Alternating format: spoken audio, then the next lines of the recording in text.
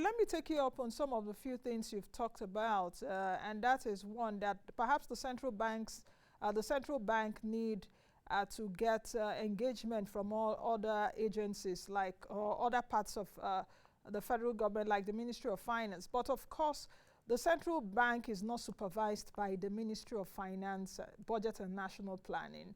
The central bank is independent. It can issue currency. It is, the authority that issues the legal tender, and it seeks the approval from the central bank. I'm not the one saying it. It is there in the law that it is independent. And the Ministry of Finance, the Central Bank of Nigeria, perhaps the Ministry of Trade and Investment, which other ministry, Budget and National Planning, and all of those ministries are responsible for handling the economy. Having said that, the second part which you also mentioned is, if the central bank says that cash is out of the banking vault, don't you think that even if cash is out of the banking vault, in daily transactions, even if I spend 100 naira today and all of that, those monies should still find their ways back to the banking system, perhaps as even savings and all of that?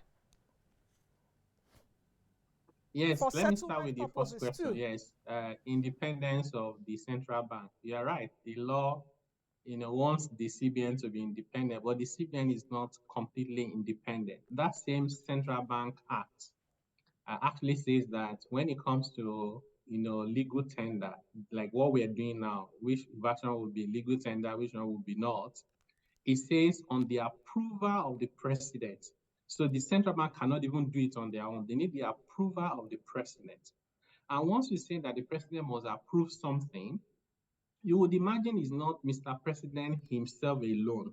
The president is the presidency is an office where before Mr. President will say yes or no, he's meant to consult. There are advisors, there are technical people, there are economists, right? You should consult. You should not just sit down, Mr. President, with CBN governor, you conclude and say you're okay to go. You find this kind of chaos.